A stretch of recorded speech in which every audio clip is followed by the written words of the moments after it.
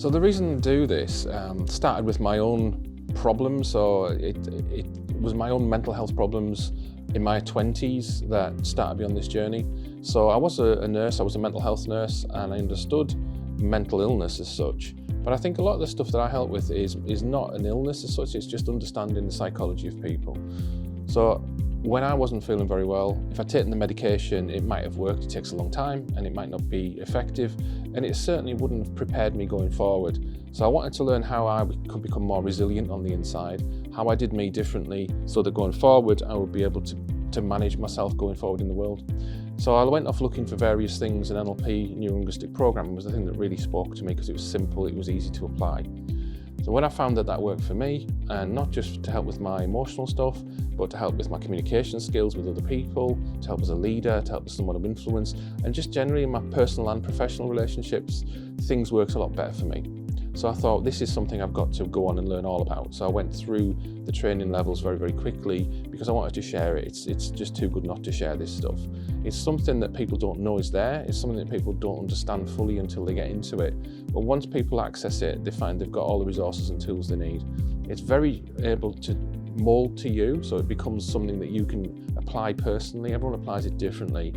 One of the basic things about the stuff we train is that everyone's unique, and finding a way to make things work for you is what it's about. I think it's really important that people have strategies for coping for themselves. I think most people are aware that the levels of stress and anxiety in especially younger people, children at school and young adults, has gone through the roof. I think we've got lots of factors there. We've had COVID and that recovery. We've got a lot more access to social media, which can make people feel more stressed and anxious. The news coverage is becoming more graphic. So the person's exposed to so much stimulus in their life, and we talk about the conscious and unconscious. The unconscious doesn't really know that stuff's not happening to the person. So we can dream about things, we can watch things on the news, we can watch things on social media, and there's a part of us getting stressed about other people's stuff. So now we've got access to things really, really quickly. Our brain is overstimulated, our stress levels are much higher. And because that happens now in every area in the workplace, in schools, and also just individually, having some techniques and strategies that work on changing the way it feels really quickly, rather than going into deep and meaningful, kind of analysis of things, can work really much more effectively for people. The other thing is it's teaching people how to manage themselves going forward, so that the person's not reliant on professionals. If somebody sees me as a therapist, as a coach, often I'll see them once or twice or three times, because I'm about psychoeducation. I'm about showing people how to manage themselves. I don't want them to become reliant on me. I want them to manage the world for themselves.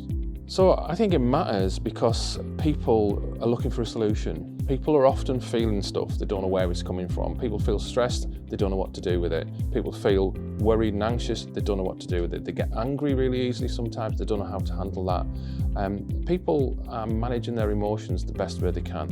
And we're born as a blank slate, and we learn how to be a human by watching the adults around us, by now social media, by our peer group, and we do the best we can. And sometimes we get to an age and we think, am I doing this? Is this the best I can do?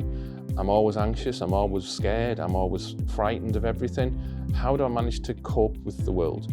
And I think what we train, and how I can help people individually, is to, I call it, inoculate yourself from the madness. The world out there that we all live in can be crazy, and we maybe don't always have all the resources we need. This can show us how to have all the resources we need.